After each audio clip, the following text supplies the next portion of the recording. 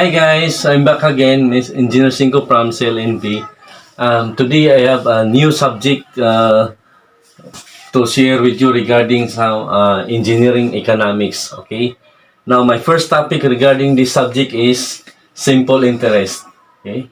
So first, our topic is simple interest. Simple interest. Okay.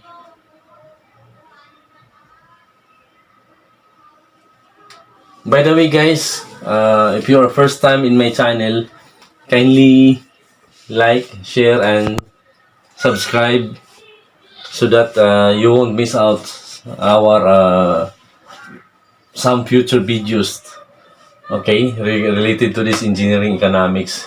So to continue further, our first topic is regarding simple interest. So simple interest, guys, the equation for this simple interest is equal to I means the interest is equal to P I N. Okay. So simple interest is equal to PIN. Okay. Where I is equal to the interest amount, interest value or amount. Okay. P is equal to principal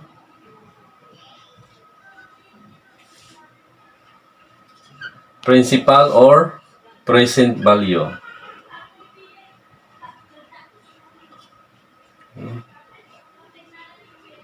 Okay. I means interest rate, okay, or the rate of interest. Okay? Rate of interest.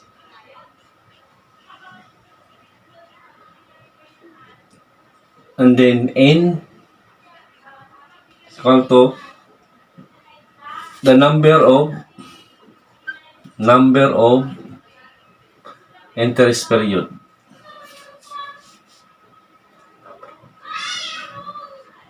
Interest period in terms of years, okay, or number of years, terms of years period.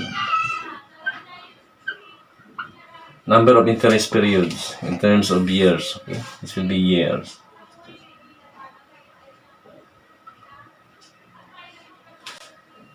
Rate of interest will be percent. Okay. So this is the simple equation or formula for the simple interest, guys.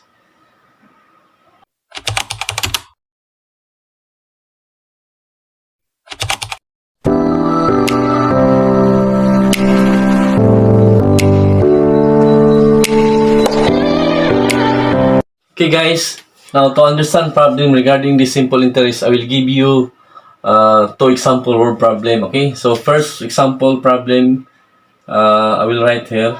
Okay, um, Mario deposits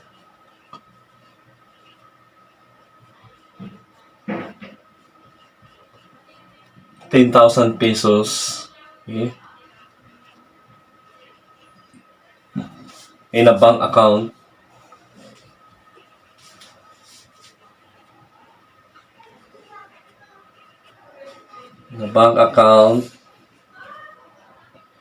which pays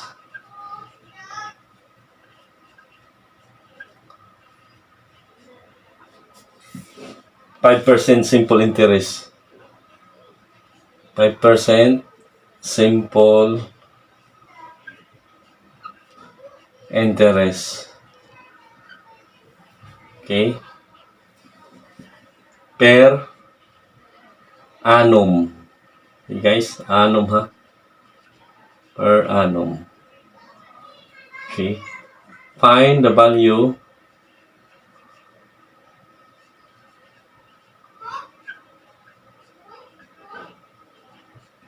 of his deposit.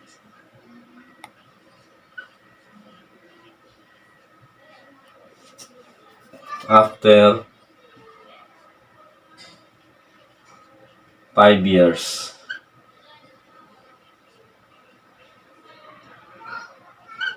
Okay. So this is the problem, guys. I'm sharing to you related to the simple interest. Mario deposits 10,000 pesos in a bank account which pays 5% simple interest per annum. Find the value of his deposit after 5 years. Okay. So solution, guys.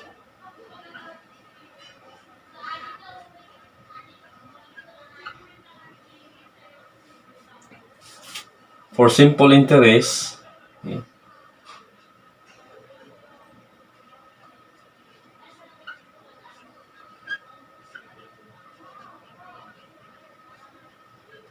okay. Our equation what we have studied is I is equal to PIN. Okay. P times P means the present value or the principal value times the interest rate times the number of periods. Okay. So substituting the values, how much the principal values, guys, for this particular problem, which is 10,000. Okay. 10,000 is the present value or present amount. 10,000, okay, times how much the interest rate mentioned here, which pays 5% simple interest. Okay. So 5%. But take note, guys, interest rate is in terms of decimal. So we need to convert the 5% into decimal. So you have to divide this one by 100. Okay. And how much the number of period?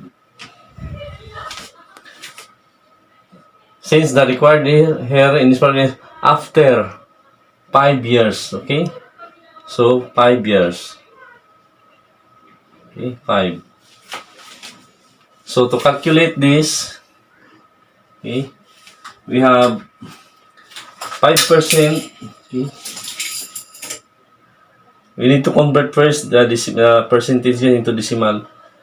5% divided by 100, okay, is equal to 0.05 times the number of years times 5, okay, times the principal amount, which is 10,000. So the interest amount is equal to 2,500 pesos. Okay. So we already calculated the interest amount after 5 years. Now, knowing this value, therefore,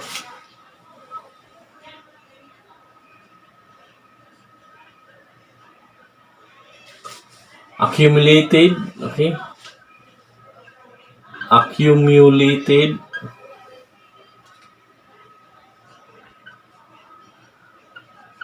value is equal to principal amount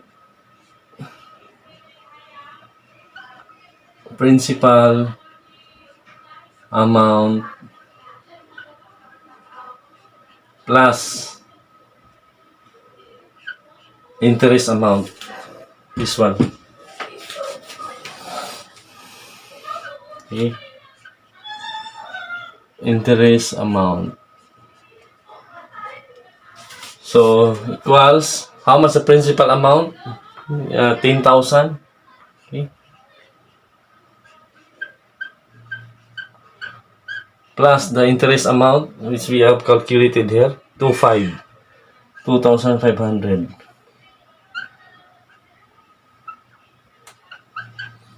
So therefore 10,000 plus 2,500 is equal to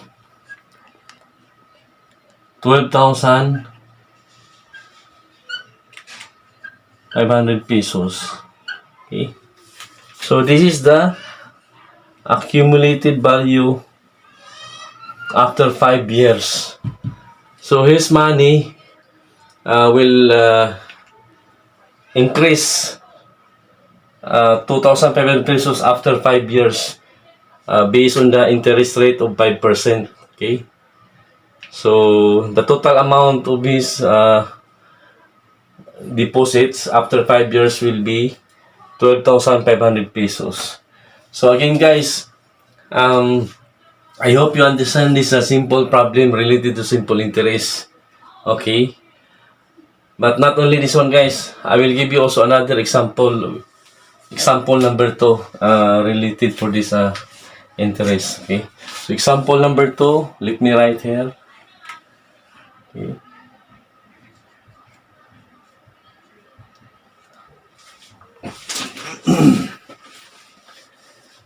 Luke received, okay, Mr. Luke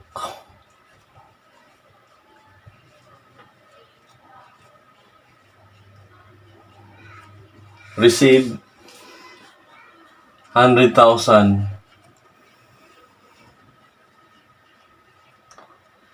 pesos bank loan.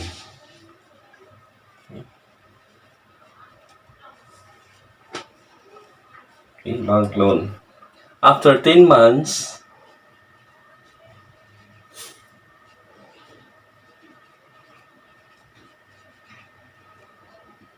he paid back.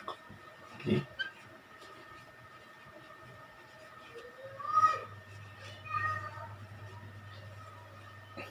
So, he paid back 105,000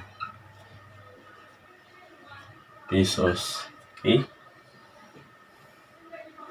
And close the mortgage.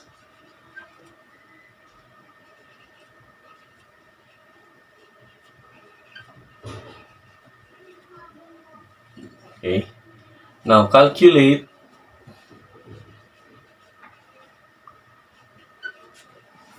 the rate of interest. The rate of interest. Okay. So as you can see guys in this problem, the required for this particular problem is the interest rate.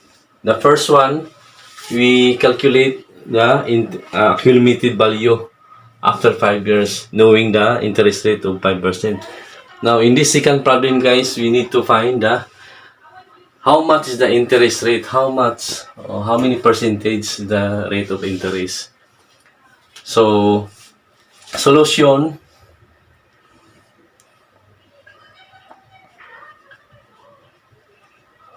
Okay. Interest, okay,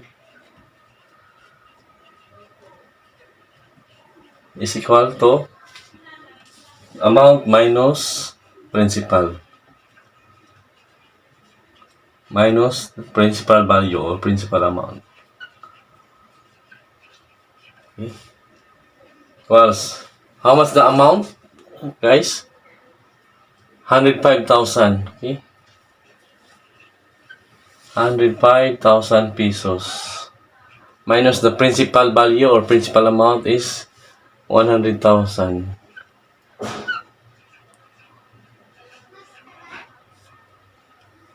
Okay. So the interest amount will be 5,000 pesos. Okay. So this is the interest amount after 10 months to be paid by Mr. Luke. Okay. Then, as we studied before, the simple interest is equal to PIN. Okay.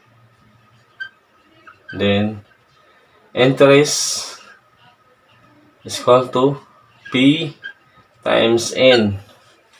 Okay. So, how much is our interest amount? It's equal to 5,000. pesos. Okay? Is equal to, how much the principal value? 100,000 guys. Okay? Times the interest rate. Okay? How much the number of periods? As you can see here, it's mentioned. After 10 months. Okay? 10 months. Remember guys, the number of period is in terms of years. Since the given here is in terms of months, we need to convert this one into years. So 10 months divided by 12. Okay? In order to become a number of years. So we need to calculate guys. Okay? So 5,000 is equal to this one guys, how much? 10 divided by, okay, 10 months divided by 12 months per year. Okay? So 0.83 times 100,000 principal value is equal to 83,333.33 times the interest rate. Okay? So over 83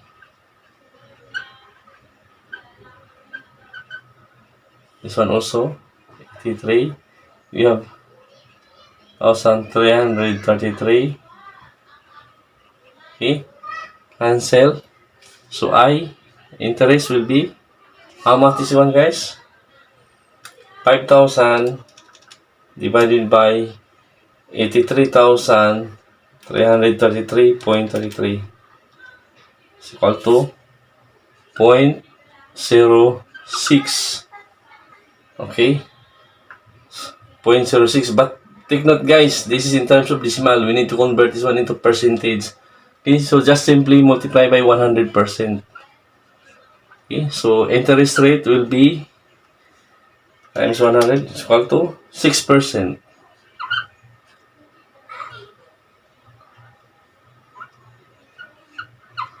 So this is the interest rate Mr. Luke paid after 10 months. Okay guys, so I hope you understand this simple problem regarding simple interest. Okay, so again guys, kindly share and subscribe our channel para mas ma-notify pa kayo sa mga future namin na i-share na mga engineering economics related to simple interest. So again guys, thank you for watching and have a nice day.